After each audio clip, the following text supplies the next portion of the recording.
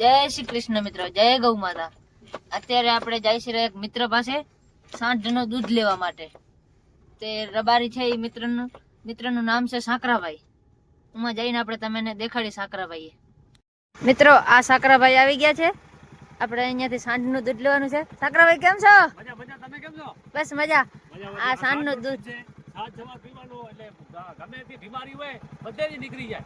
અજા આ સાંકરાભાઈ આપણે કે છે રા હાંડવાળા। હા હા, સમજાઈ ગયો? ભલે સાંકરા।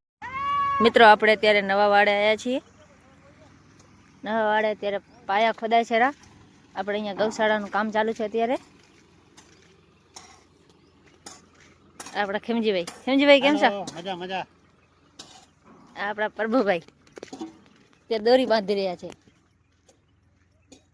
પ્રભુભાઈ કેમ છો?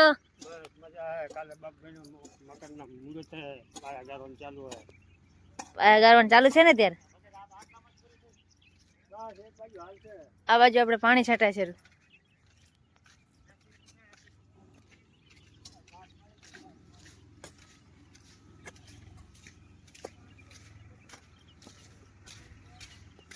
તમને અત્યારે નવો વાળો આખો દેખાડી દઉં થોડો થોડો, પછી આખો બની જશે ત્યારે તમને કમ્પ્લીટ દેખાડી દઈશ।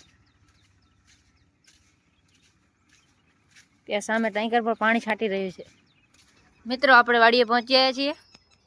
બધી ગાયો અત્યારે બેઠી છે ને ઊભી છે એવી રીતે। આ આપણો વ્રત છે।